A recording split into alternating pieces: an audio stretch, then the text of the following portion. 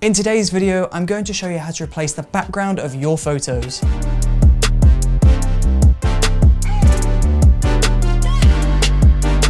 So once you're inside of Adobe Photoshop and you have your image loaded, you want to go ahead and remove the background. So we'll go up to the quick selection tool. We will adjust the size of the brush. We'll make sure that the hardness is up to 100%.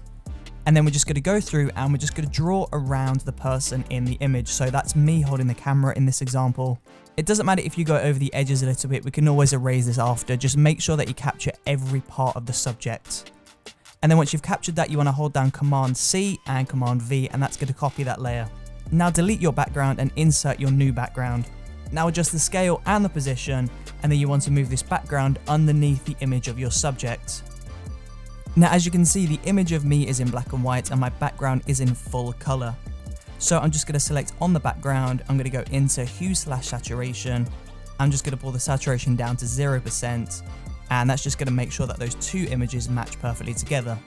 And now we need to go through and clean up this image. So we'll zoom in, go to the eraser tool, adjust the size of the brush, and then we just want to go through, we just want to take our time and just completely remove that background.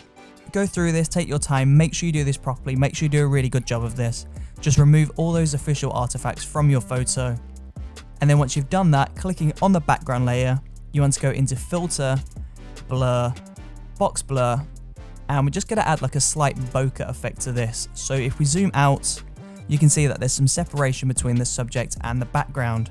And there you go, that is how you replace the background of your images. It's a really simple and really easy effect. It's extremely powerful, so go and have fun and create some amazing photos. If you enjoyed watching this video, then please do let me know in the comment section below, and don't forget to subscribe, hit that bell icon, and I will see you next time for the next video. Thank you for watching.